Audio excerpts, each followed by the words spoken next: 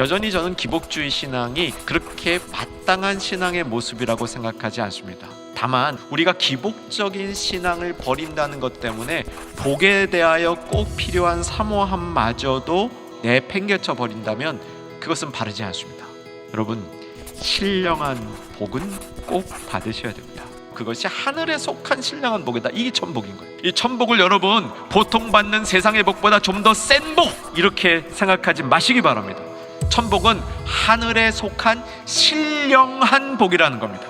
하늘에 속했으므로 유효기간이 영원한 것이죠.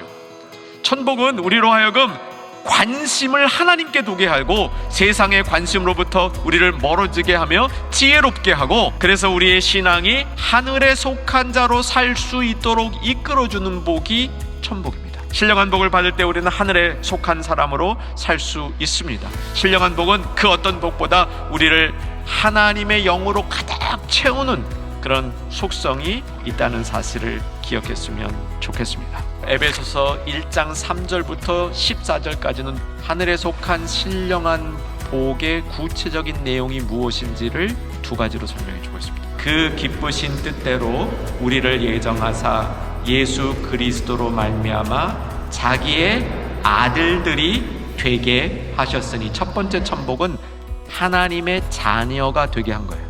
이게 복 중의 복이라는 겁니다. 영적인 복이라는 겁니다. 이게 모든 일을 그의 뜻의 결정대로 일하시는 이의 계획을 따라 우리가 예정을 입어 그 안에서 기업이 되었으니, 두 번째 신령한 복은 기업이 된 겁니다. 상속자가 되었다는 것입니다. 저와 여러분이 받은 최고의 복이 하나님의 자녀가 되었다는 사실이랍니다. 이것이 그저 내가 가지고 있는 자격이 아니라 나의 삶 속에 언제나 작동하고 있는 복이 되시기를 말씀 가운데 잘 젖어들 수 있기를 바랍니다.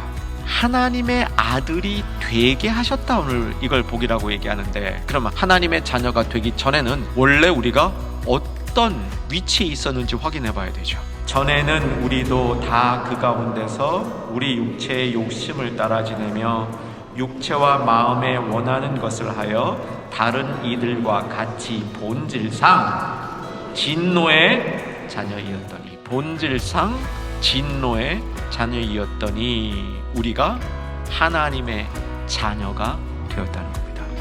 어떻게 이렇게 될 수 있습니까? 성경은 이 원리를 입양에 의해서 되었다고 얘기합니다. 그렇죠. 우리가 하나님의 가족이 될 수 없죠. 그런데 성부, 성자, 성령 하나님 가족으로 받아들여졌다. 여러분, 이 사실을 깨달으면 이게 복 중의 복이 아닐 수가 있습니까? 입양, 그러면 입양을 이렇게 담당하는 이제 기관이 있겠죠. 무엇입니까? 예수님이에요. 그리스도 안에서 오직 예수님을 통해서 우리의 살 길은 오직 예수. 성경의 역사를 보면 인간이 죄를 짓죠.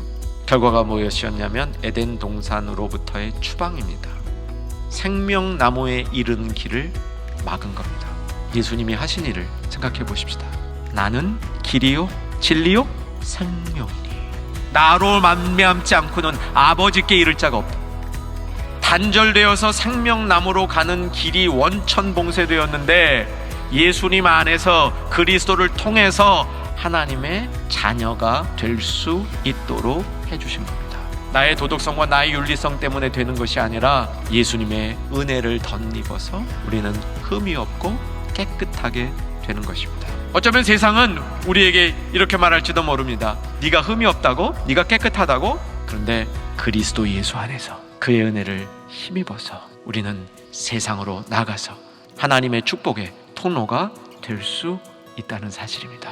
오늘 하나님의 자녀된 것을 확인하고 하나님 앞에 서는 축복과 깨끗하고 흠이 없도록 우리의 영혼을 고쳐주시는 놀라운 역사를 경험하게 될 줄로 믿습니다.